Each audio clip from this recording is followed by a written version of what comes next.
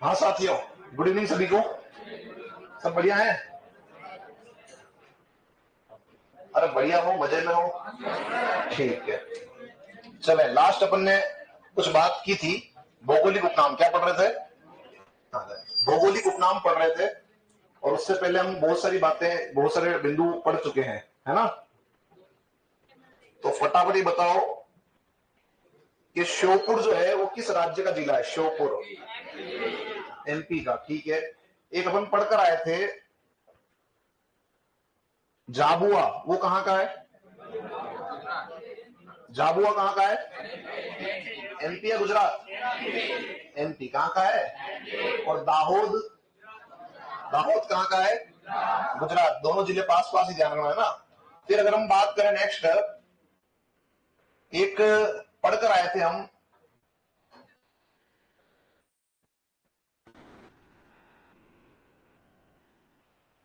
अरे हाँ, बोल रहा हूँ, वहां भी मेरा अभी वो इम्पोर्टेंट है, वो खुल जाए। क्या पढ़ के आए थे तो बता रहा हूँ, क्या पढ़ के आए थे अपन, है ना। हम पढ़कर आए थे पाकिस्तान के साथ सीमा, है ना। और पाकिस्तान के अंदर हमने जो है सिंध प्रांत पढ़ा था, जिसमें 6 जिले पढ़े थे। तो ऊपर जो 3 जिले थे उनका सीक्वेंस क्या है? ऊपर से कह रहा हूँ, बहावल नगर, बहावलपुर जो है वो आपके सिंध प्रांत के है ही नहीं, वो पंजाब के हैं। मैं सिंध प्रांत की बात कर रहा हूँ। घोटकी, सुक्कुर और संगर। घोटकी, सुक्कुर और संगर, ये क्या है आपके? ये आपके सिंध प्रांत के ऊपर 3 जिले थे। और बचे हुए 3 कौन से हैं? खेड़थल। ये कौन ने खेड़थल को बता दिया? और पाकिस्तान, पाकिस्तान की इतनी हिम्मत नहीं है खेड़थल तक पहुंच जाए, हैं? क्या नाम था? खेरपुर और उमरकोट और थारपारकर, ठीक है। खेड़थल नहीं है वो, ध्यान रखना। चलिए, फिर अपन आ गए थे कहां पे? भौगोलिक उपनाम की तरफ हम बढ़ रहे थे। और भौगोलिक उपनाम में हमने कल बात की थी गिरवा। क्या बात की थी? उदयपुर किस प्रकार के बेसिन पे बसा हुआ है? कस्तरीनुमा बेसिन पर बसा हुआ है। 56 का मैदान किन जिलों के बीच में है? बांसवाड़ा और प्रतापगढ़। किस नदी बेसिन का भाग है? माही का भाग है, ये आपको ध्यान रखना है। चलते अपन आगे यहां से। फिर हमने एक बात और की थी, कांठल कहां आता है? यह प्रतापगढ़, और यह भी माही का ही भाग है। पुष्प क्षेत्र बांसवाड़ा और डूंगरपुर के बीच का इलाका, जहां प्राचीन समय में क्या था? जंगल था। फिर हम बात करते हैं नेक्स्ट, यहां हम आ गए थे कहां पे? मेवल। तो मेवल कहां आ रहा है? बांसवाड़ा और एक और कौन आएगा? सलुम्बर भी इसके अंदर आपका आएगा। और ये कैसा इलाका है? पहाड़ी इलाका। कैसा इलाका है ये आपका? पहाड़ी। लसाड़िया पठार जैसमंद जिले के पूर्व की ओर का कटाफटा पठारी भाग। जिला कौन सा? वर्तमान में सलूंगर। बाकी कहां था ये? उदयपुर के अंदर था, ठीक है ना। जैसमंद जिले को हम वापस जब पढ़ेंगे जिले, तब ये चित्र हम वापस से इसको देखेंगे। फिर चलते अपन यहां से नेक्स्ट, ये हमारा बाकी है पढ़ना। नाम क्या है इसका? बोराट। क्या नाम है? बोराट पठार। अब देखो यहाँ पे आप इस चित्र में देख लो, ये जो चित्र दिख रहा है आपको, ये जो इमेज आपकी है वो किस किले की है? कुंभलगढ़। किस किले की है? कुंभलगढ़। तो आपको ये पता लग गया सब, भोराट जो पठार है उस पर कौन सा दुर्ग है? उस पर दुर्ग आपका है कुंभलगढ़। कौन सा दुर्ग है? कुंभलगढ़ है। अब ये भोराट पठार जो है ये कहां से कहां तक फैला हुआ है वो ध्यान रखना है। तो आपका जो क्षेत्र है उदयपुर का, उदयपुर में एक क्षेत्र आता है गोगुंदा। क्या आता है? और गोगुंदा से लेकर जो कुंभलगढ़ है राजसमंद का, इनके बीच का जो पठार इलाका है वो कहलाता है बोराट पठार। क्या कहलाता है? बोराट पठार, ठीक है। और क्या बना हुआ है? कुंभलगढ़ दुर्ग बना हुआ है। एक और बात ध्यान रखना, जो प्रश्न आपका बन सकता है ज्यादा अच्छे से, अगर आपसे पूछा जाए कि राजस्थान के अंदर सबसे ऊंचा भूभाग कौन सा है? सबसे ऊंचा भूभाग राजस्थान में कौन सा है? बोराट पठार है? आबूखंड। कौन सा है? देखो, क्षेत्र की बात करोगे तो कोई ये चोटी नहीं आएगी, वहां पे पूरा क्षेत्र आएगा, वो है आबूखंड। जो आबू की पहाड़ियां हैं वो सबसे ऊंचा भूभाग है राजस्थान का। और आबूखंड के बाद अगर राजस्थान का सबसे ऊंचा भूभाग पूछता है तो वो है आपका बोराट पठार। कौन सा है? अब कई बार जो है आप देखते हैं कि इसकी जो ऊंचाई दर की गाइडों के अंदर वो देखते हो आप 1224 मीटर 25 मीटर दे दी, जो कि गलत है। क्यों गलत है समझो। जो 1224 मीटर या 25 मीटर आपकी जो ऊंचाई आप पढ़ रहे हो, वो केवल और केवल आपके कुंभलगढ़ चोटी की ऊंचाई। किसकी ऊंचाई है? जो आपका किला है, उसी तरह से एक नाम की पहाड़ी भी आपकी है, उसकी ऊंचाई कितनी है? 1224 मीटर। लेकिन यहां जब आपसे पूछा जाएगा भोराट पठार की ऊंचाई कितनी है, तो ध्यान रखना इसकी औसत ऊंचाई आपको याद होनी चाहिए। क्या होनी चाहिए? औसत ऊंचाई, न कि आप जो है इसकी जो है इस चोटी की ऊंचाई याद करेंगे। औसत ऊंचाई का मतलब क्या हुआ वो समझो। आप क्या कह रहे हो, कहां से कहां फैला हुआ है? गोगुंदा से कुंभलगढ़। इस बात को ऐसे समझिए आप कि इस क्लासरूम के अंदर मान लीजिए 100 लड़के हैं, ठीक है, और ये कहा गया कि इस क्लासरूम की जो जो लड़के हैं उनकी जो है औसत ऊंचाई कितनी है, तो क्या करोगे? क्या निकालेंगे? मीन निकालेंगे। Very good. और इन्होंने बताया मीन निकालेंगे, ठीक है, औसत निकाल लेंगे, एक तरह मान लेते हैं, और सबको ऐड कर देंगे। बिल्कुल, वो क्या आ जाएगा? एवरेज आ जाएगा, है ना, औसत आ जाएगा, मीन आ जाएगा, ठीक है। तो आपने क्या किया कि साहब टोटल किया सबका, और उसमें जितने नंबर थे उसका आपने क्या किया? भाग लगा दिया, और क्या आ गया? आपका एवरेज निकल के आ गया। हाँ या ना? क्या आपने ऐसा किया गया कि ये काम करते हैं कि जो छोटा है उसको पहले खड़ा कर दो, फिर बड़े को, फिर बड़े को, फिर बड़े को, ऐसे किया गया? नहीं।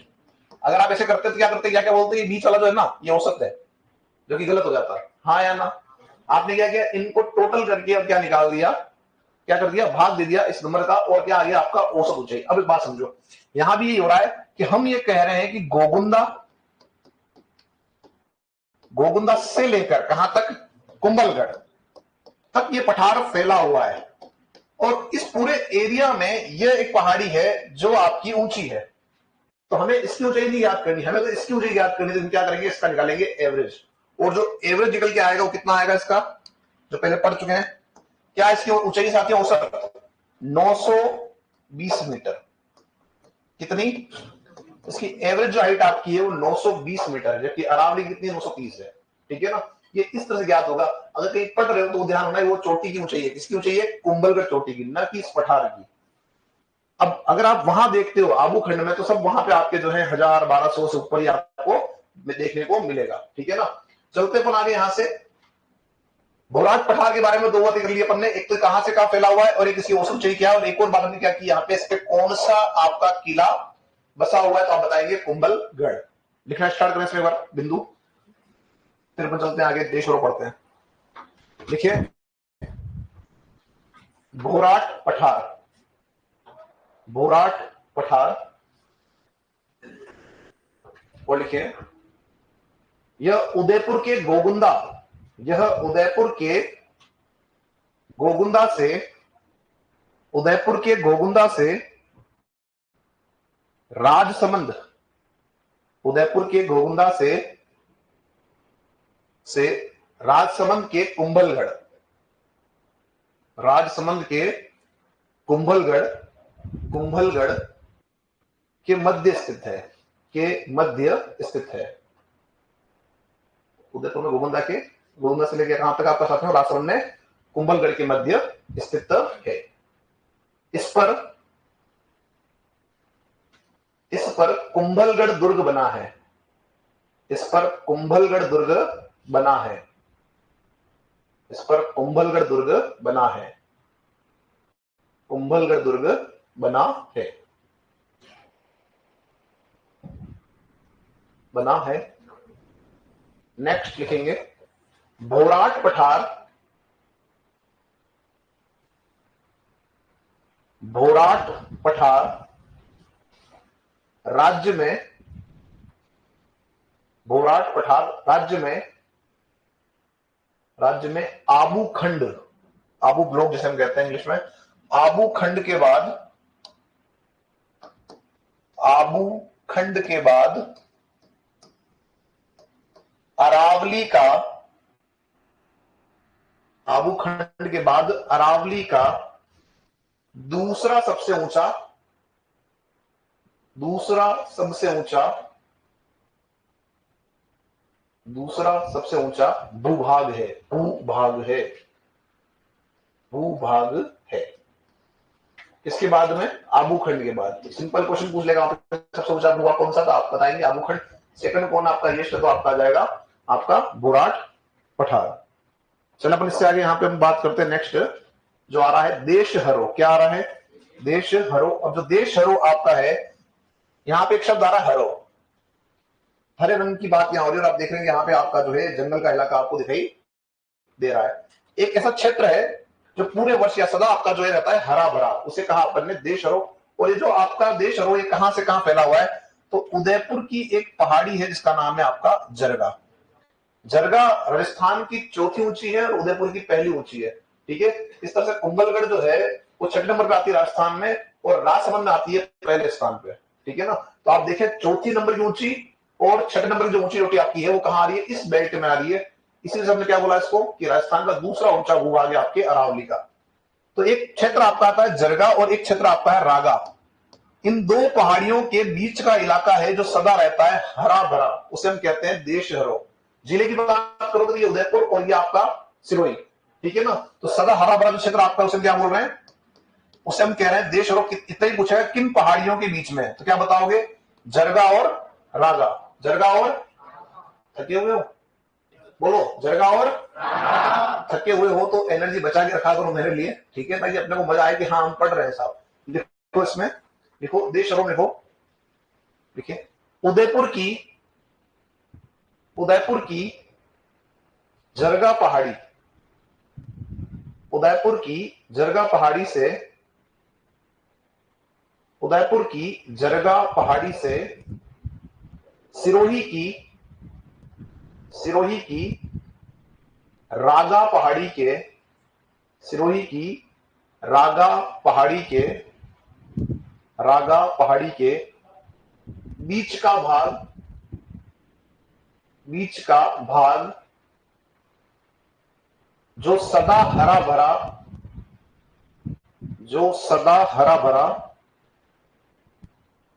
सदा हरा भरा रहता है, सदा हरा भरा रहता है, देश हरो कहलाता है, देश हरो कहलाता है, देश हरो कहलाता है, देश हरो कहलाता है। कौन सी पहाड़ी है, तो जरगा और रागा पहाड़ियों के बीच का इलाका। कंप्लीट है यहां तक सभी का। चलिए आगे हम बात करते हैं। नेक्स्ट बिंदु वो आ रहा है यहां पे एक शब्द मगरा और एक शब्द आ रहा है मगरी। दोनों को समझेंगे पहले फिर अपन लिखेंगे। मगरा जो शब्द है वो ज्यादातर आप उपयोग में लेते हो उदयपुर जो क्षेत्र है उसकी पहाड़ों के लिए। तो जो उदयपुर क्षेत्र है उसकी जो ऊंची पहाड़ियां हैं उन्हें हम मगरा कहते हैं।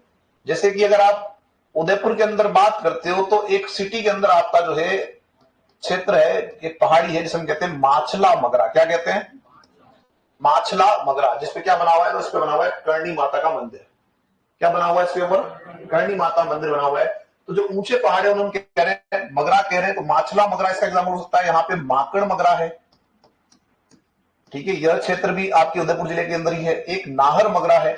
तो बेसिकली जो ऊंचे पहाड़ जो कहां है आपके उदयपुर के अंदर है उन्हें हम क्या बोल रहे हैं, मगरा कह रहे हैं।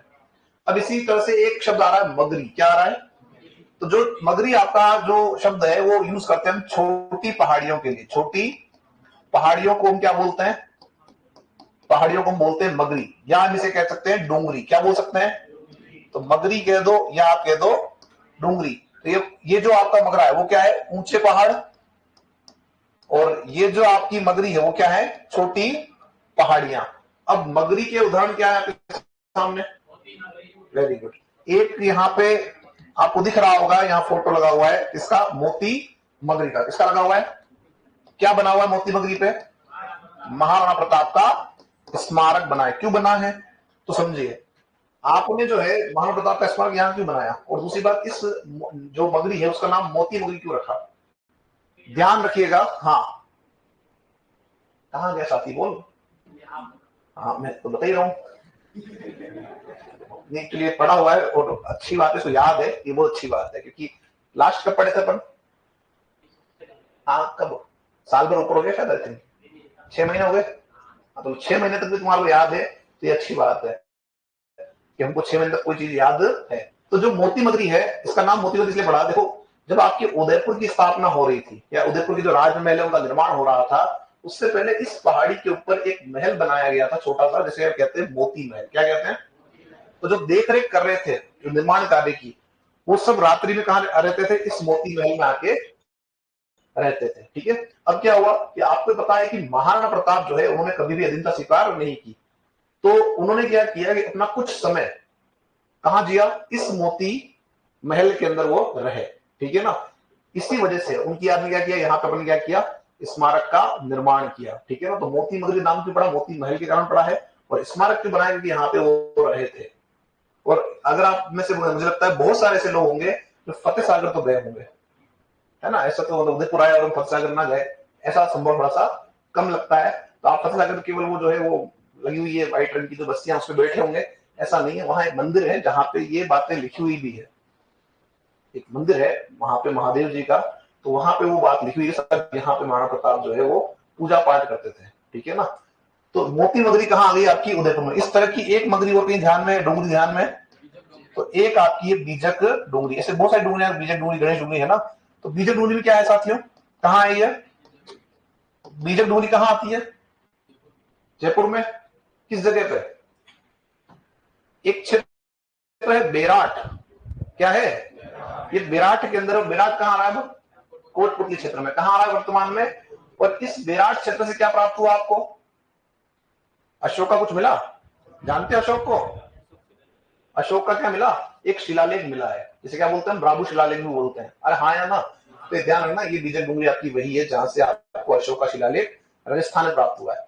आपको मैं एक बात बताता हूँ, यहाँ पे विराट का नाम आया इसलिए बता रहा हूँ कि विराट यानी अशोक, और अशोक का धर्म बौद्ध। क्या था? उसने बाद में जो है बौद्ध धर्म को स्वीकारा है, और बौद्ध धर्म का ही प्रचारक आपका बना है। तो राजस्थान में अगर बात हम करें बौद्ध धर्म के स्थानों की, तो हमारे पास दो ही स्थान है। दो स्थान कौन कौन से? एक हमारे पास विराट क्षेत्र है, और एक हमारे पास में है आपका एक क्षेत्र जो है आपका डग। डग कहां आता है? झालावाड़ में। डग कहां आता है? झालावाड़ में, जहां पे कोलबी की गुफाएं हैं, और उन गुफाओं का जो संबंध आपका है वो किससे? बौद्ध धर्म से। राजस्थान में बौद्ध धर्म के जो स्थान हो कितने हैं? दो। कौन कौन से? विराट और एक आपका डग। झालावाड़ के अंदर ध्यान रखना कि इन दोनों को मिलाकर बुद्धा सर्किट डेवलप कर रहे हैं। क्या कर रहे हैं? क्यों कर रहे हैं? ताकि जो बौद्ध धर्म को मानने वाले जो विदेशी लोग हैं वो हमारे यहाँ पे आए। जब वो यहाँ आएंगे तो क्या होगा?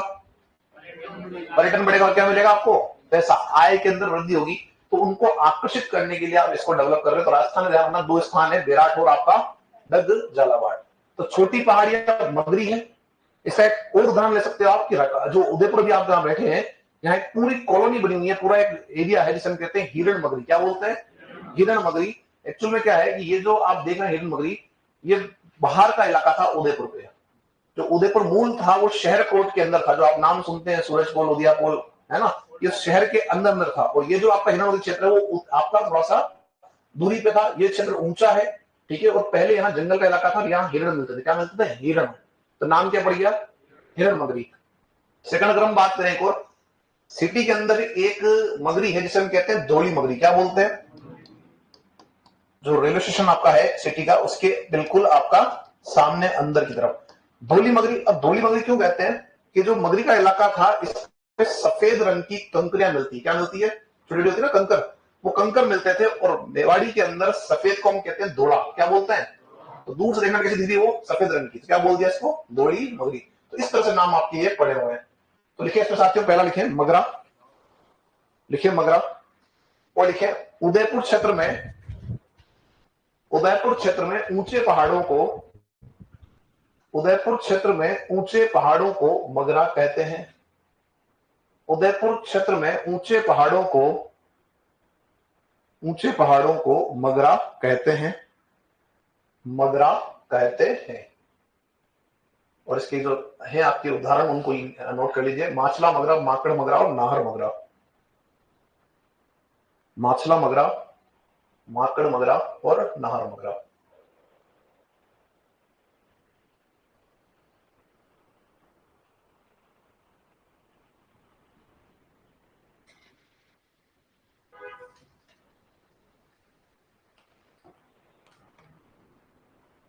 माछला मगरा, माकड़ मगरा और नाहर मगरा, ये क्या है? मगरा के उदाहरण है उदयपुर जिले के अंदर।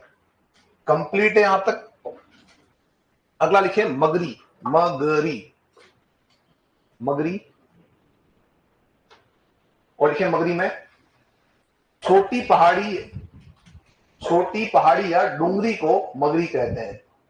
छोटी पहाड़ी या डूंगरी को मगरी कहते हैं। छोटी पहाड़ी या डूंगरी को मगरी कहते हैं। छोटी पहाड़ी या डूंगरी को मगरी कहते हैं। लिखो इसके उदाहरण, लिखो एग्जाम्पल लिखो इसके। मोती मगरी उदयपुर। मोती मगरी कहां आती है? तो उदयपुर। और बीजक ढूंढी कहां आ रही है साथियों? बेराठ, जो आपका है वर्तमान में कहां पे? कोटपुतली। लिखे उदाहरण।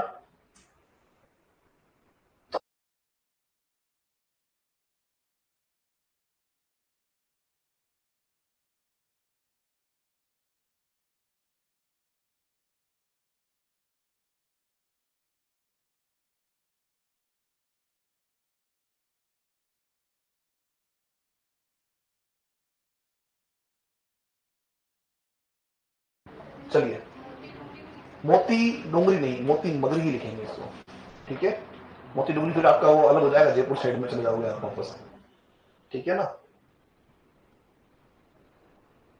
मोती मगरी उदयपुर है, और बीजक डूंगरी कहां आती है? बेराट, जो कहां आ रहा है आपका? कोटपुतली क्षेत्र में आपका आ रहा है वर्तमान में। चलने पर इससे आगे, चलिए यहां तक कंप्लीट सभी का।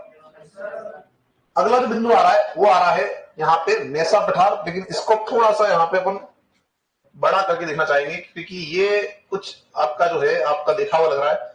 कौन सा किला है ये? चित्तौड़। चित्तौड़ किले के बारे में क्या जानते हो?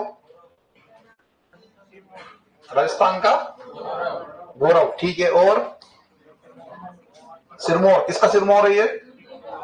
दुर्गों का सिरमौर है। और सबसे बड़ा क्या है? Living fort. सबसे बड़ा क्या है?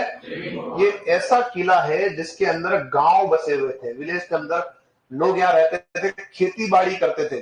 किले के अंदर तालाब बने हुए हैं, और इसका खुद का अपना वन क्षेत्र था, जंगल का इलाका था, और आज भी है। चित्तौड़ किले का दक्षिणी भाग आता है, अगर आप वहां जाओगे तो वहां पे एक मृगवन है। क्या है वहां पे? एक मृगवन है, ठीक है ना, जो राजस्थान के 7 मृगवन में से एक है। तो ये ऐसा इलाका था जहां पे आप देखोगे तो अंदर गांव बसे हुए थे, आपकी खेती बाड़ी हो रही है, तालाब बने हुए थे, सब कुछ व्यवस्था अंदर ही थी। शत्रु बाहर आके बैठा रहे, कोई दिक्कत हमारे को नहीं होने वाली थी, ठीक है ना। जितने भी यहाँ पे आपके आए हैं, जितने भी आक्रमणकर्ता जो भी आपके आए हैं यहाँ पे, वो सब बाहर ही बैठे थे, और वो कैसे ना कैसे छल करके कहीं ना कहीं से उन्होंने एंट्री ली है। आप देखते हैं साके पढ़ते हो, कितने थे साके यहाँ पे? 3। पहला क्या था उसमें? पहला आप देखते हो 1303 के अंदर, एक वाला जो है वो रणथंभौर बोल रहा है ना। 3 के अंदर यहाँ पे आप देखते हो कि अल्लाह खिल जाया, कहते हैं वो 7-8 महीने बैठा था। कितने महीने बैठा था? तो उसको ये पता लगा साहब गर्मी का टाइम आने वाला, और यहाँ जो गर्मी है वो इतनी भयंकर होगी कि हम यहाँ पे टिक नहीं पाएंगे। उसने कहा कुछ ना कुछ तो करना पड़ेगा। तो उसने लास्ट एक प्रयास किया कि साहब मैं किसी जगह अंदर चला जाऊं। वो अंदर गया, और फिर आप जानते हैं कि कहानी के शत्रु जो आपका जो रत्न सिंह जी थे उनको बंदी बना लिया, ठीक है। तो ये आप नहीं होता तो शायद वो युद्ध भी नहीं होता, साका भी आपका नहीं होता। दूसरी बार में आप देखोगे तो कौन था? बहादुर शाह आया था। और तीसरी बार में कौन आया आपका? अकबर आया। अकबर भी जो है वो थक गया था साहब, हमसे ये हो नहीं रहा है। कि अकबर क्या करता था कि साहब नीचे से गोले मार रहा है, और वो किले की दीवारों को तोड़ रहा है, और उसके बाद क्या होता था वापस से कि वो दिन में तोड़ता, और रात में क्या करते? ये रिपेयरिंग करते थे फटाफट से कि हाँ साहब कहां का टूटा हुआ कर दो। अब उसको ही पता था कि ये रोज ऐसा करेंगे तो हम रोज गोले फेंक फेंक के अपने ही गोले बर्बाद करेंगे। और हमारा एक नियम था कि रात के अंदर जो हम युद्ध नहीं करते थे, तो युद्ध विराम लग गया ना, तो यानी शाम हो गया, सूर्यास्त का हो गया, उसके हम युद्ध नहीं करेंगे। तो कहते हैं एक बार जयमल जी जो है वो रिपेयरिंग देख रहे थे, आपने सुन ली कहानी कि अकबर ने जो है वो गोली मारी, और कहाँ लगी? वो पैरों में लगी, और पैरों में लगी तो फिर क्या हुआ? उनको पता लगी मृत्यु होने वाली, तो क्यों ना हम युद्ध लड़के ही क्या करें, अपनी जो वीरगति को प्राप्त करें। तो इस वजह से आपका हुआ। अदरवाइज आप देखो कि वो गोली नहीं लगती या कुछ ऐसा नहीं होता, तो वो चलता रहता लंबे टाइम तक, उनको ही जाना पड़ता बाहर वालों को। तो जितनी बार भी आपका हुआ है उसमें कहीं ना कहीं आप देखोगे तो हमें कोई दिक्कत नहीं हुई, दिक्कत ज्यादातर इसको ही है, बाहर वाले को ही है, और वो कैसे ना कैसे अंदर जो है घुसा है। चलते पर आगे यहाँ से, तो हम सबसे पहले बात करें यहाँ पे जो चित्तौड़ आपका दुर्ग है वो किसके बसा हुआ है? मेसा पठार। किसके बसा हुआ है? मेसा पठार पर है। मेसा पठार पर आपका यह दुर्ग है। तो लिखिए मेसा पठार चित्तौड़गढ़, मेसा पठार चित्तौड़गढ़, मेसा पठार चित्तौड़गढ़, चित्तौड़गढ़। और लिखें इस पर चित्तौड़ दुर्ग स्थित है, इस पर चित्तौड़ दुर्ग स्थित है, चित्तौड़ दुर्ग स्थित है, जो सबसे बड़ा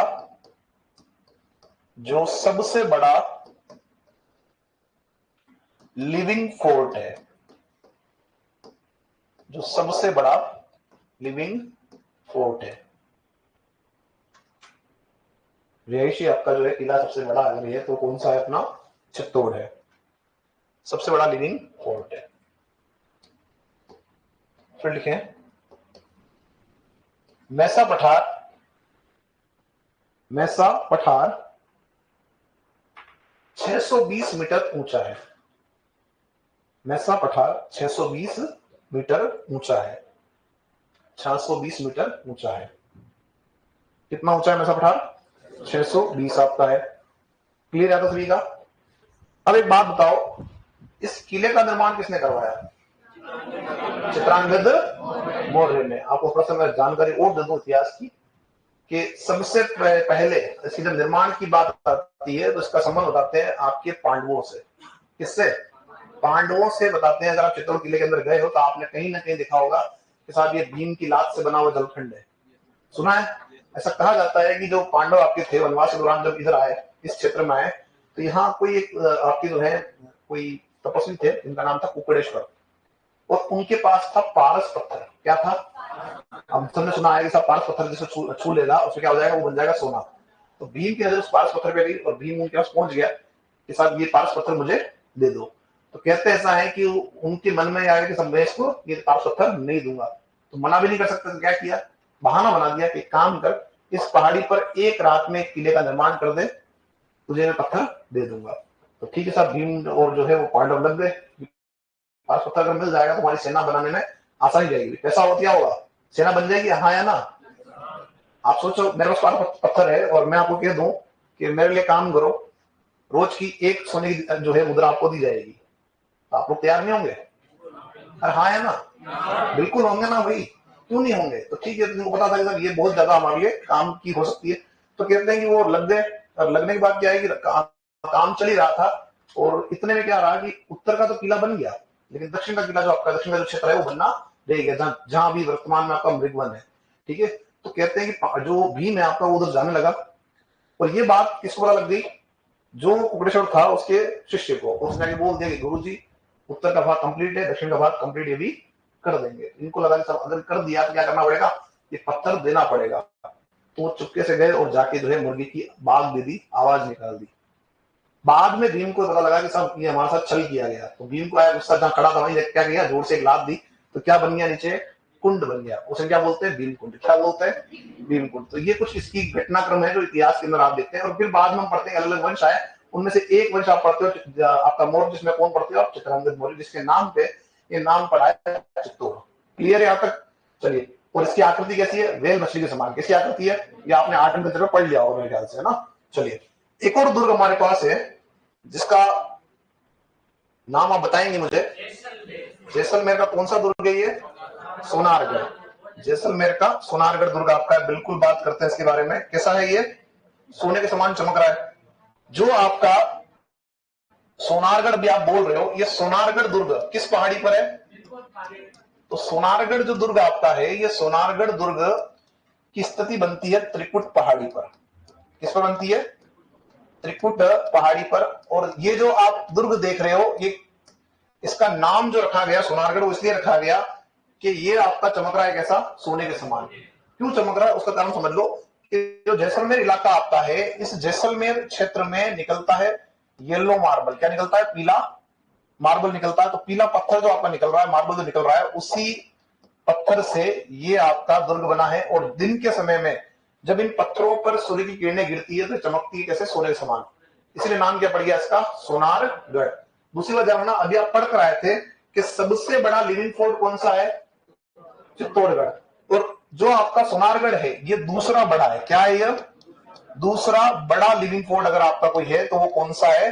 तो वो आपका हो जाएगा सोनारगढ़। एक और बात ध्यान रखना, आपसे ये भी पूछ सकता है कि वह दुर्ग कौन सा है जिसमें वर्तमान में भी नगर बसा हुआ है, तो वो आपका कौन सा है? सोनारगढ़।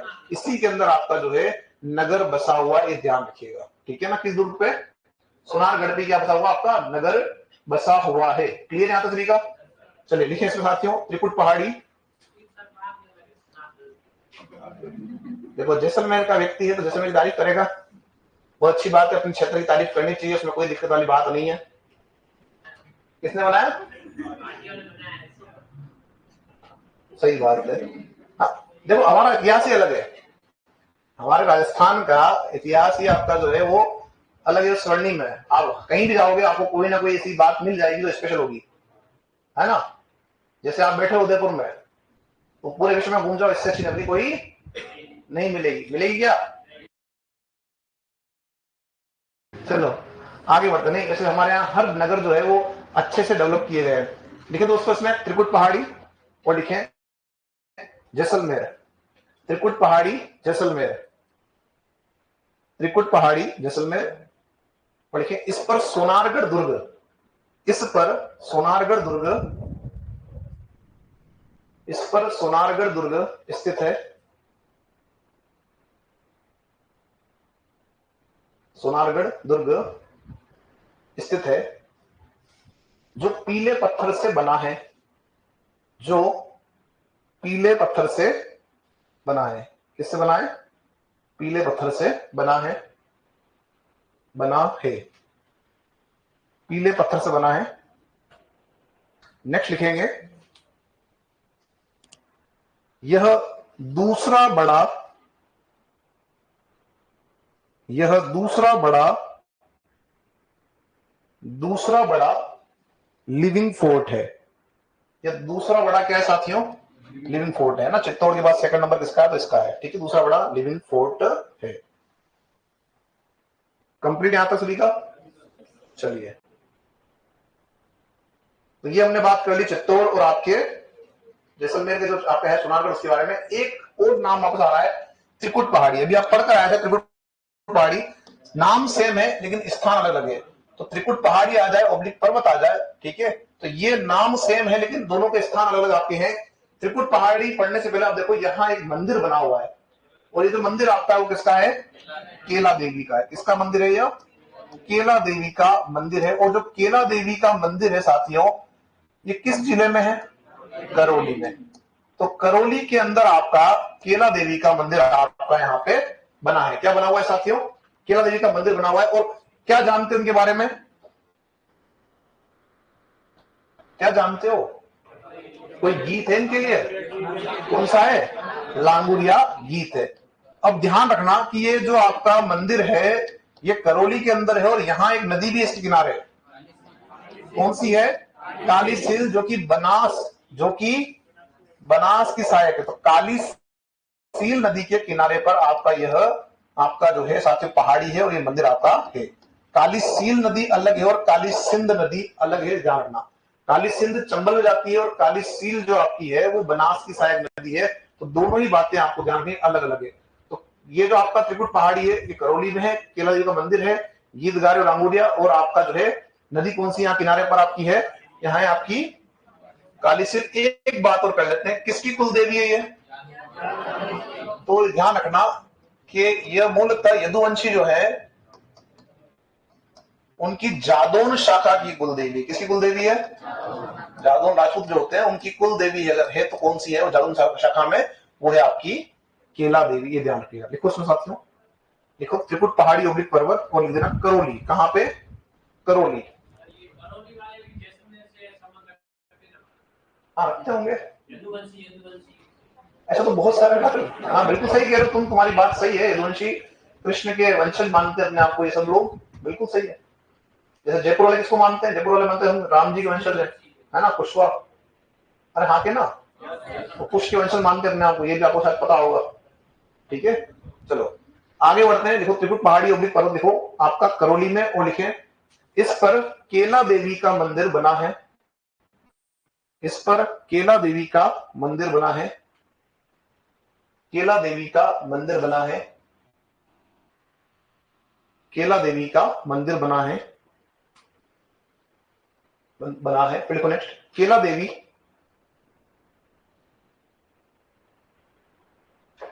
यदुवंशियों की जादौन शाखा की कुल देवी है। यदुवंशियों की जादौन शाखा की कुल देवी है। कुल देवी है। इनके लिए लांगुरिया गीत गाया जाता है। गीत नृत्य जो भी है दोनों एक ही है। इनके लिए लांगुरिया गीत गाया जाता है। लांगुरिया गीत गाया जाता है। नेक्स्ट देखो, यह मंदिर काली सील नदी के किनारे स्थित है। यह मंदिर काली सील नदी के किनारे स्थित है। काली सील नदी के किनारे स्थित है। काली सील नदी के किनारे स्थित है। कौन सा साथियों? आपका केला देवी का जो मंदिर है वह काली सील नदी के किनारे स्थित है, ध्यान रखिएगा। चलते बन आगे यहां से। नेक्स्ट, अगला जो आपका आ रहा है वो आ रहा है 56 की पहाड़ियां। क्या आ रहा है? अभी लास्ट आप पढ़ के आए थे 56 का मैदान, अब हम पढ़ रहे पहाड़ियां। वहां 56 गांवों का समूह था, यहाँ 56 पहाड़ियों का समूह। किसका समूह है यहाँ पे साथियों? 56 पहाड़ियों का समूह है, ये आपको ध्यान रखना है। तो ये ग्रुप आपका किसका है? 56 पहाड़ियों का है। एक आपको यहाँ पे दिख रहा होगा कोई मंदिर। ये मंदिर कौन सा है? जैन मंदिर है आपका, है ना? नाकोड़ा भैरव जिसे कह रहे हैं। तो यहाँ नाकोड़ा तीर्थ आपका स्थित है। क्या स्थित है आपका यहाँ पे? नाकोड़ा तीर्थ स्थित है। इसी वजह से इन पहाड़ियों को नाकोड़ा पहाड़ियां भी कहते हैं। क्या कहते हैं? नाकोड़ा पहाड़ियां भी कहते हैं। कहां आ रही है सारी साथियों पहाड़ियां? तो हाँ, पहले कहां आ रही थी? पहले आ रही थी सिवाना क्षेत्र आपका बाड़मेर वाले में, और अब वो कहां चला गया आपका? वो चला गया अब आपका वर्तमान में बालोतरा में। कहां चला गया? समझे बात को? 56 की पहाड़ियां जो है वो 56 पहाड़ियों का समूह है, ठीक है। और ये पहाड़ियां सिवाना क्षेत्र आपके जो है वर्तमान के अंदर बालोतरा वहां पर है, और यहाँ पे नाकोड़ा तीर्थ स्थित है, इसलिए क्या बोल रहे हैं इसको? नाकोड़ा पहाड़ियां। एक और बात जानना जो अच्छा प्रश्न आपको बन सकता है, ये जो पहाड़ियां आपकी है यह राजस्थान के थार मरुस्थल के अंदर इंसेलबर्ग का उदाहरण है।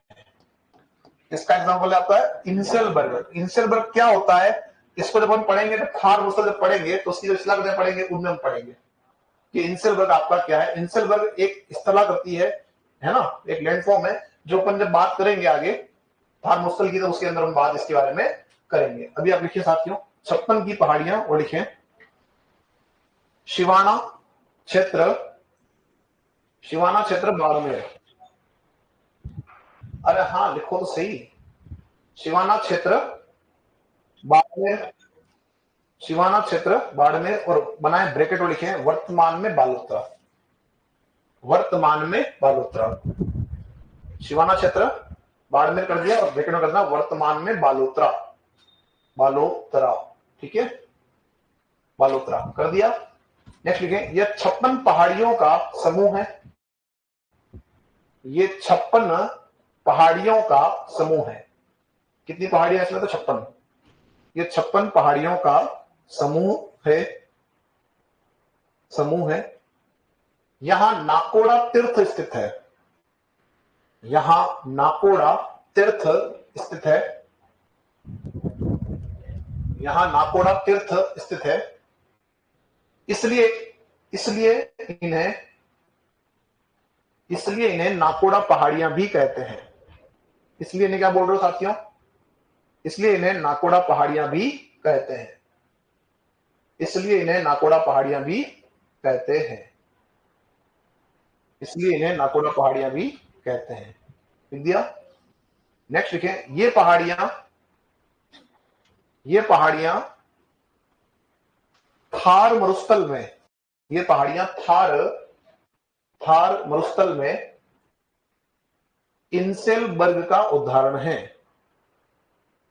ये पहाड़ियां थार मरुस्थल में इंसेलबर्ग का उदाहरण है। इंसेलबर्ग का उदाहरण है। इसका उदाहरण आपका ये इंसेलबर्ग का आपके उदाहरण है। कौन सी पहाड़ियां साथियों? 56 की पहाड़ियां। अगला आ रहा है राठी क्षेत्र। क्या आ रहा है? आप यहां देखिए कि नक्शा लगा हुआ, राजस्थान का मानचित्र लगा हुआ है, जो आप पूरा देख रहे हैं पीले रंग का जो आपको दिख रहा है भाग, ये आपका है थार मरुस्थल। क्या है ये? अब थार मरुस्थल का ये आप देख रहे हैं लाइन जा रही है यहां से, ये जो इलाका है, ये जो रेखा आपकी है, यह रेखा आपकी है 25 सेंटीमीटर समवर्षा रेखा, जो थार मरुस्थल को दो भागों में बांटती है।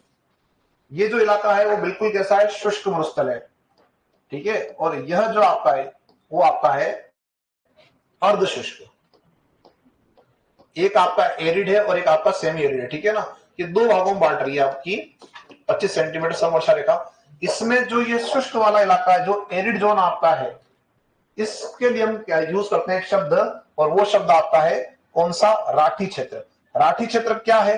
तो ये पश्चिमी राजस्थान का जो वो क्षेत्र है जहां पर वर्षा आपको मिल रही है 25 सेंटीमीटर से कम। किससे कम मिल रही है? 25 सेंटीमीटर से कम आपकी जो है वर्षा का जो क्षेत्र है पश्चिमी राजस्थान में, उसे हम क्या कह रहे हैं? उससे हम कह रहे हैं आपका राठी बेल्ट। और आप ये जानते हैं कि राठी राजस्थान में क्या है? एक और गाय की नस्ल। क्या है राजस्थान में? इसे आप क्या बोलते हो गाय की नस्ल को? राजस्थान की कामधेनु। क्यों कहते हो?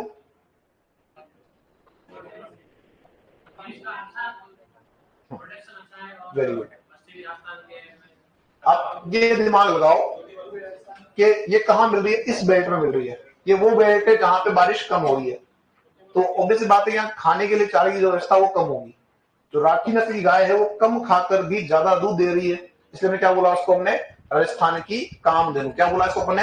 राजस्थान की कामधेनु। क्योंकि कहां मिल रही है? इस बेल्ट में मिल रही है जहां पे आपका बरसात भी कम हो रही है, आपकी पीने पानी की व्यवस्था नहीं है और चारे की व्यवस्था नहीं है। अब यहां अगर आप देखोगे तो आप राजस्थान का नक्शा भर के आए हो, तो बताओ मुझे यहाँ जिले कौन कौन से लग रहे हैं आपको? जैसलमेर, बाड़मेर, बालोतरा, सांचौर और अनूपगढ़, बीकानेर, है ना, फलोदी का इलाका, और आपके पश्चिमी जोधपुर ग्रामीण का जो इलाका है वो सब कहाँ आएंगे? इसके अंदर आपके आएंगे। कुछ लोग नहीं बोलते हैं। क्यों नहीं बोलते हैं? आता ही नहीं इसलिए। सही बोल रहा मेरा भाई, कह रहा आता ही नहीं इसलिए। थोड़ा अगर प्रैक्टिस की होगी आपने मैप की तो शायद आप लोगों को पता लग रहा होगा कि इस बेल्ट पे हम पढ़ के आए। यहाँ पे हम यहाँ पे सीमाएं पढ़ के आए थे, तो हमने पढ़ा था कि साहब आपके 5 जिले तो आपके कौन से हैं जो बना रहे सीमा पाकिस्तान से। हम कम से कम उनका नाम भी ले सकते हैं यहाँ पे, सर ये 5 जिले आपके यहाँ पे हैं, ठीक है ना। जैसे हम बात करें, गंगानगर हो गया, अनूपगढ़ हो गया, बीकानेर आपका हो गया, जैसलमेर आपका हो गया, इधर बाड़मेर आपका हो गया, और बाड़मेर से कौन लग हुआ आपका? कौन लग हुआ आपका? बालोतरा लग हुआ है। एक जोधपुर आपका क्षेत्र है, जोधपुर से लग हुआ आपका एक फलोदी क्षेत्र है। ये सब किसमें आएंगे? ये सब उसी में आपके आएंगे। ध्यान रखना किसमें? राठी क्षेत्र में। लिखो साथियों, राठी क्षेत्र लिखा। पश्चिमी राजस्थान, पश्चिमी राजस्थान का वह क्षेत्र, पश्चिमी राजस्थान का वह क्षेत्र, पश्चिमी राजस्थान का वह क्षेत्र जहां वर्षा, पश्चिमी राजस्थान का वह क्षेत्र जहां वर्षा 25 सेंटीमीटर से कम होती है, 25 सेंटीमीटर से कम होती है, राठी क्षेत्र कहलाता है। राठी क्षेत्र कहलाता है। राठी क्षेत्र कहलाता है। कहलाता है। राठी क्षेत्र कहलाता है। देखो नेक्स्ट, इसमें श्रीगंगानगर, श्रीगंगानगर, अनूपगढ़, श्रीगंगानगर, अनूपगढ़, बीकानेर, बीकानेर, जैसलमेर, जैसलमेर, बाड़मेर, बाड़मेर, बालोतरा, बालोतरा, फलोदी, फलोदी, पश्चिमी जोधपुर ग्रामीण, पश्चिमी जोधपुर ग्रामीण, पश्चिमी जोधपुर ग्रामीण आदि जिले आते हैं। आदि जिले आते हैं। पश्चिमी जोधपुर ग्रामीण, ग्रामीण आदि जिले आते हैं। आपके जो नए जिले बने उनमें से आया था ना जोधपुर ग्रामीण, हम पढ़ के आए थे, उसका कौन सा भाग आ रहा है? पश्चिम वाला भाग आपका आ रहा है, ध्यान रखना। एक और लाइन जोड़े इसमें, मैंने कब बताया? ये तो ये बोल रहे थे, मैंने तो खाली सुन रहा था, है ना। सांचौर का नाम इन्होंने लिया था, मैंने लिया। आप देखो ध्यान रखना, सांचौर का जो बेल्ट है वो आपका पानी वाला बेल्ट है, वहां बरसात होती है, वहां नदियां हैं। और हम जो है सांचौर कहते हैं राजस्थान का पंजाब, क्योंकि जो आपकी लूनी है वहां वो 5 धाराओं बढ़ जाती है, तो इसी वजह से उसमें आपका शामिल नहीं होगा, ध्यान रखना, ठीक है। इनकी तुलना में यहाँ वर्षा ज्यादा आपकी होती है। एक और लाइन जोड़ो, हाँ लूनी है ना। और भी नदी आपकी जैसे आ रही है, जो आपकी पाली से होते हुए निकल रही है, जो लूनी की सहायक नदियां हैं, जिनमें से आप देखो सागी आपकी आती है, जवई नदी आपका इधर बह रही है, या नदियां आपकी ज्यादा है, इस वजह से इसको अपन शामिल नहीं करेंगे, ध्यान रखना। नोट करो, उसमें लाइन जोड़ो साथियों, लिखो।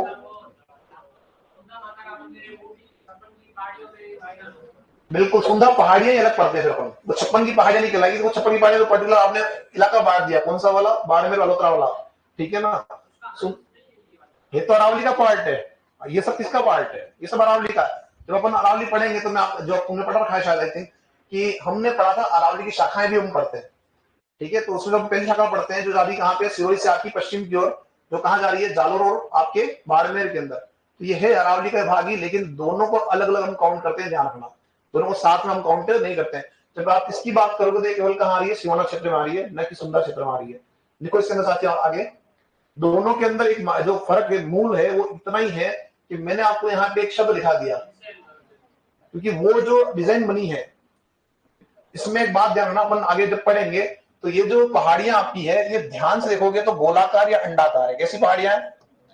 गोलाकार या अंडाकार शेप है। ये जो गोलाकार अंडाकार शेप है, ये 56 की पहाड़ियों में आपको देखने को मिलेगा। और क्यों मिलेगा?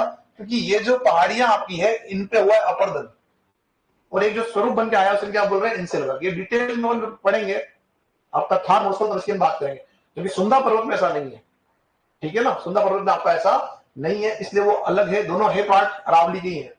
आगे बढ़े, क्या लिखा आपने लास्ट इसमें, लिखे साथियों, राठी क्षेत्र में लिखे, एक और बात बनाए ब्रैकेट में लिखे, राठी राज्य में गाय की नस्ल भी है, राठी राज्य में गाय की नस्ल भी है, राठी राज्य में गाय की नस्ल भी है, गाय की नस्ल भी है, जिसे राज्य जिसे जिसे जिसे राजस्थान की कामधेनु भी कहते हैं, जिसे राजस्थान की कामधेनु भी कहते हैं, जिसे राजस्थान की कामधेनु भी कहते हैं। क्या कह रहे हो? कामधेनु, कामधेनु भी कहते हैं। क्लियर? और आप चाहें तो 56 की पहाड़ियों में एक छोटा सा वर्ड ऐड कर सकते हैं, गोलाकार या अंडाकार पहाड़ी, है ना। हालांकि मैं वैसे भी आपको पढ़ूंगा थार मसल में, तब डिटेल बात करूंगा कैसे बनी, क्या हुआ। चले अपन इससे आगे, चाहे तो उसमें आप एड करना गोलाकार ओब्लिक अंडाकार पहाड़ियां। शेप कैसा इसका है? तो गोलाकार या अंडाकार शेप है। आगे बढ़ेंगे अपन यहां से, तो नेक्स्ट हम चलते हैं कितने संख्या में आपके साथ 15। अगला लिखो नंबर 16 पे, वागड़। क्या लिखोगे? वागड़। वागड़ जो है एक क्षेत्र हमारा राजस्थान के दक्षिण में, कहां पे वागड़? और वागड़ में जिले कौन से आएंगे? तो आप जो है इसमें शामिल करते हैं किसको? डूंगरपुर को और बांसवाड़ा को, और किसी को करेंगे शामिल? प्रतापगढ़ का कुछ बात, क्योंकि प्रतापगढ़ का जब निर्माण आप कर रहे थे तो आपने बांसवाड़ा से एक क्षेत्र उठा लिया था। कौन सा उठाया था? पीपल खुट। इस वजह से क्या हो रहा है, वहां की जो लैंग्वेज क्या हो जाएगी, वो हो जाएगी आपकी वागड़ी। और एक हमारा उदयपुर इसमें आएगा कि नहीं आएगा? तो इसमें ध्यान रखना, दक्षिण उदयपुर भी आएगा। कुछ लोग कहते साहब नहीं आएगा, नहीं आएगा तो क्यों नहीं आएगा, समझो बात को। पहले तो इसमें उत्तरी भाग नहीं आएगा, दक्षिणी भाग तो आएगा। दक्षिणी भाग में अगर आप बात करोगे तो एक बहुत बड़ा इलाका है जिसका नाम है खेरवाड़ा। कौन सा इलाका है? और खेरवाड़ा के अंदर आप पढ़ते हो मेवाड़ भील को। क्या पढ़ते हो? एमबीसी पढ़ते हो ना, है ना। जो छावनी आपकी वो यहाँ पे, और बने क्यों थी, ये जो इलाका है वो क्या है पूरा आपका, यहाँ पे जो जनजाति हमारी कौन सी है? भील है, ठीक है ना। तो उनके लिए आपकी यहाँ बनाई गई थी। और इस पूरे इलाके के अंदर हम बात करें तो यहाँ की जो बोली है, वो बोली कैसी है? वो बोली आपकी वागड़ी है। कैसी बोली साथियों? वागड़ी बोली है। और इस वागड़ी बोली पर आपका जो है गुजराती भाषा का प्रभाव है। किसका प्रभाव है? तो हमारी जो बोली है वो कौन सी है? यहाँ पे वागड़ी है साहब। और इस वागड़ी पर किसका प्रभाव पड़ रहा है? गुजराती का। क्यों पड़ रहा है? गुजरात के निकट क्षेत्र है। कहाँ ये आपका? यह क्षेत्र आपके गुजरात के निकट है। अच्छा, वागड़ी में आपको ये दिक्कत है कि आप उदयपुर से चलना स्टार्ट करते हो तो वागड़ी जो है थोड़ा समझ में आने लग जाती है, लेकिन जैसे पहुंचते हो बांसवाड़ा तो वागड़ी आपके ऊपर से जाती है, क्योंकि वो वागड़ी थोड़ी क्या हो जाती है, टिपिकल हो जाती है बिल्कुल, ठीक है ना। तो ये भी दिक्कत थोड़ी सी आपकी आपको देखने को मिलेगी कि एक तो वागड़ी जो उदयपुर के आसपास बोल रहे हो और थोड़ी वो समझ में आ जाती है, और एक वागड़ी कहां बोल रहे हो आप, बांसवाड़ा के अंदर, तो थोड़ी आपको समझ में नहीं आ पाती है। अब यहाँ दो वर्ड आए हैं, एक तो मैंने कहा आपको कि साहब हमारी जो बोली हो कैसी इस क्षेत्र की, वागड़ी है। एक मैंने कहा किस भाषा से प्रभावित आपकी है, गुजराती से है साहब। अब मुझे बताओ कि बोली और भाषा एक ही है कि अलग अलग है? क्या अलग है दोनों में? जो पुराने पढ़े हुए हैं वो ना बोले प्लीज, बाकी को बोलने दो एक बार के लिए, फिर हम आंसर पूछ ले लेंगे। हाँ, बोली एक छोटे क्षेत्र में बोलते हैं और भाषा बड़े क्षेत्र में, ठीक है, वेरी गुड। और हाँ, सरकारी काम में हम भाषा को उपयोग ले सकते हैं, ठीक है। और वेरी गुड, चलो पूरा संसार आई गया। ध्यान रखना कि जो आपकी भाषा है साथियों, उस भाषा की लिपि होती है, क्या होती है, उसको हम लिख सकते हैं। बोली को हम लिख नहीं पाएंगे, लिखेंगे किसी और लिखोगे। जैसे अभी आप पढ़ रहे हो, मैं पढ़ा रहा हूँ किसमें, हिंदी में, किसमें पढ़ा रहा हूँ, पर मैं लिख किसमें रहा हूँ, देवनागरी, किसमें लिख रहा हूँ, तो ये लिपि है, क्या है ये लिपि है। हर भाषा की क्या होगी, अपनी एक लिपि होगी, लेकिन बोली की लिपि नहीं होगी। बहुत सिंपल सी बात समझो, मैंने आपसे पूछा हिंदी में क्या हुआ, मैं लिख सकता हूँ यहाँ पे क्या हुआ, लिख दूंगा, किसमें लिख दूंगा, देवनागरी में। मैंने इंग्लिश में कहा व्हाट हैपेंड, लिख सकते हैं हाँ या ना। मैंने वागड़ी में आपसे पूछा कई भी हो, तो क्या मैं इसको लिख सकता हूँ, यहाँ पे लिखूंगा तो क्या होगा, इसी आपकी जो है लिपि का उपयोग करूंगा। और अगर वागड़ी वाला यहाँ बैठा हो साथी, हूँ थियो, हूँ थायो, हूँ थियो, ये हूँ थायो और थियो में भी फर्क है वापस से, हाँ या ना। कुछ इलाकों में थायो कहते हैं, कुछ इलाकों में कहते हैं हूँ थियो, ठीक है। तो ये जो वर्ड आपके, ये क्या है, ये आपके लोकल शब्द है, जो कहाँ आप बोल रहे हो, किसमें बोल रहे हो, बोली में बोल रहे हो। बोली को लिख नहीं पाते और भाषा को आप लिख पाते हो, ये मूल अंतर है, ठीक है। अच्छा, एक छोटी सी बात और आगे, भाषा में इन भाई साहब ने कहा था कि सरकारी कामों में उपयोग ले सकते हैं, किसे ले सकते हैं, तो हमारे संविधान के अंदर कितनी भाषाएं मान्यता प्राप्त है, तो 22, कितनी है, 22। अनुसूची नंबर 8 के अंदर आपकी जो है 22 भाषाओं को मान्यता दी हुई है। और एक छोटा सा क्वेश्चन, आप फॉर्म भरते हो, आप सब कुछ करते हो, किसमें करते हो, इंग्लिश में, हाँ या ना। हिंदी में क्यों नहीं करते आप, इजी रहता है, कंप्यूटर पे इजी रहता है आपका इंग्लिश में काम करना, हाँ या ना। इसलिए क्या करते हैं, फॉर्म किसमें करते हैं, इंग्लिश में आप भरते हैं। बाकी तो हमारे नामों की जो है मात्रा है वो भी गलत हो जाएगी। अब मुझे बताओ कि क्या हिंदी मान्यता प्राप्त है? संविधान के अंदर 22 भाषाएं मैंने बोली, उसमें हिंदी है मान्यता प्राप्त? हाँ है। मैं कुछ पूछ रहा हूँ क्योंकि उसका रीजन आपके राजस्थान जुड़ा हुआ है, हाँ या ना। किसको लगता है, तो वैसे हमारे को हमारे कोर्स में, पर ये बताओ जिनको लगता है मान्यता प्राप्त है वैसे हाथ ऊपर कर दें कि सब मान्यता प्राप्त है, ठीक है। जिनको लगता है सब मान्यता प्राप्त नहीं है वो ऐसा कर दें, कुछ है, ठीक है, इनको बाहर निकालो। अरे मातृभाषा हमारी कैसे मान्यता प्राप्त नहीं होगी बताओ, बिल्कुल मान्यता प्राप्त है ना। अरे आप बोल रहे हो हिंदी जो है वो मातृभाषा है, क्या है वो, तो वो आपकी है, ठीक है। अब आ जाओ, एक और प्रश्न सुन लो। आप ये मुझे बताओ दोस्तों कि आप सारे फॉर्म भर रहे हो इंग्लिश में, आप जब ज्वाइन कर लोगे, ज्वाइन करने जाओगे तभी फॉर्म सब इंग्लिश में भरोगे, सब कुछ करोगे, ठीक है। तो क्या अंग्रेजी मान्यता प्राप्त है कि नहीं, हाँ या ना। चलो हाँ वाले दोस्त ऐसे आ जाओ, ऐसे हाथ ऊपर करो जब लिखे मुझे थोड़ा सा, है ना, हाँ ठीक। अब जो कहते हैं नहीं है, जो नहीं वाले कौन कौन दोस्त है, नहीं वाले एक हैं, वेरी गुड, तुम अच्छे इंसान हो। अरे विदेशी भाषा है ना, अरे हाँ है ना, उपयोग तो ले रहे हो लेकिन मान्यता नहीं दी है, मतलब आप उसको यूज तो कर रहे हो लेकिन उसको मान्यता नहीं दी है, ध्यान रखना। तो आपने 22 भाषाओं में हमारी जो जो लोकल भारत की लैंग्वेजेस है उनको दी है मान्यता, न कि बाहर से आने वाली को दी है। उपयोग भले आप कर रहे हो इंग्लिश का, लेकिन मान्यता उसको नहीं दी है। मैंने प्रश्न आप इसलिए किया कि अभी बहुत बड़ा मुद्दा चल रहा था बीच में कि राजस्थानी को जो है आप जो है मान्यता दो, हाँ है ना। तो आप राजस्थान के निवासी, राजस्थानी को मान्यता क्यों नहीं मिल रही है, कि हमारी लिपि नहीं है। वो यही कह रहे हैं कि आप जो है तो कॉपी कर रहे हो देवनागरी की, आपकी खुद की लिपि नहीं है, जब लिपि होगी तब क्या कर देंगे, मान्यता दे देंगे। जबकि गुजराती, मराठी, जो जो आपकी लैंग्वेजेस हैं उन सब की लिपि है, इस वजह से वो आपकी क्या है साथियों, मान्यता प्राप्त है। तो राजस्थानी, एक सिंपल मान लो क्वेश्चन पूछ लेते मुझसे कि राजस्थानी को मान्यता क्यों नहीं दी गई है, इस वजह से। ये पूछ सकता है कि क्या राजस्थानी भाषा जो है वो संविधान में मान्यता प्राप्त तो नहीं है सर, 22 में से हमारा नंबर नहीं है, ठीक है। चलिए, और अगर कर भी देते हो, अगर आपने उसको लागू भी कर दिया तो भी दिक्कत आएगी। दक्षिण वाले बोल रहे हैं वागड़ी, थोड़ा ऊपर आओ मेवाड़ी, पश्चिम में जाओ मारवाड़ी, फिर आप इधर आ जाओ इधर पूर्व संभाग में क्या हो जाएगी मालवी। सबकी लैंग्वेज अलग अलग है, हम कैसे उसको सेट करेंगे? तो पहले तो हमको सबको पढ़ाना पड़ेगा कि हाँ सब ये ऐसे पढ़ो, और बाद में उसको जो है अप्लाई कर सकते हैं पूरे राजस्थान के ऊपर। चलिए तो लिखो साथियों इसमें वागड़, वो लिखो दोस्तों इसमें वागड़ में, इसमें डूंगरपुर, इसमें डूंगरपुर बांसवाड़ा, डूंगरपुर बांसवाड़ा, डूंगरपुर बांसवाड़ा, दक्षिणी उदयपुर, डूंगरपुर बांसवाड़ा, दक्षिणी उदयपुर, दक्षिणी उदयपुर व प्रतापगढ़ का कुछ क्षेत्र आता है।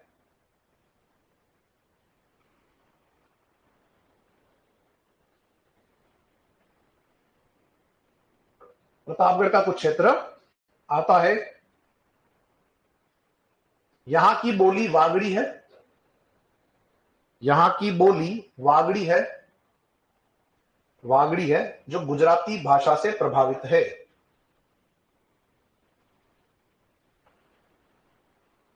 यहां की बोली वागड़ी है जो गुजराती भाषा से प्रभावित है, जो गुजराती भाषा से प्रभावित है। कंप्लीट यहां तक सभी का। और आप चाहें तो कर देना ब्रैकेट में, भाषा की लिपि होती है, क्या है आपके साथियों? भाषा की लिपि होती है, आपको ध्यान रखना है। तो ये हमने कुछ पढ़े हैं यहाँ पर उपभाग, कुछ उपभाग आपके हो रहे हैं। तो नेक्स्ट हमारी जो क्लास होगी उसके अंदर हम इन उपभागों को कंप्लीट कर लेंगे। एक छोटी सी जो समस्या है वो समस्या ये है कि हम जब पढ़ रहे हैं तो थोड़ा सा साथ में बोलने का प्रयास करें प्लीज। ये थोड़ी सी आप लोगों से आप अगर साथ बोलें क्या होगा, कितना आप तक जा रहा है वो आप पता लग जाएगा। अरे हाँ के ना भाई लोगों, ठीक ठीक।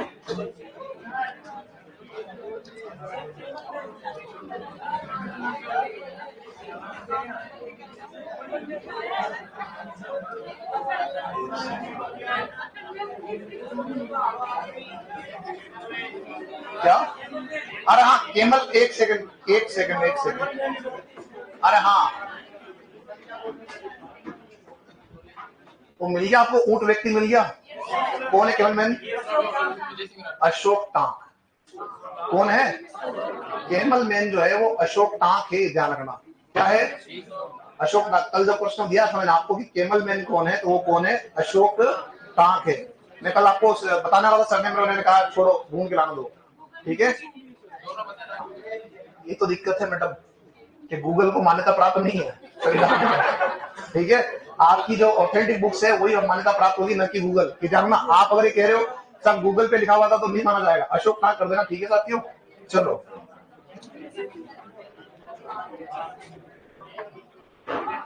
वागड़ दोबारा रिपीट करो। वागड़ जो साथी है वो आपका डूंगर बांसवाड़ा, दक्षिणी उदयपुर और प्रतापगढ़ का क्षेत्र है, ठीक है। यहाँ की बोली जो वागड़ी है और आपकी गुजराती भाषा से प्रभावित है।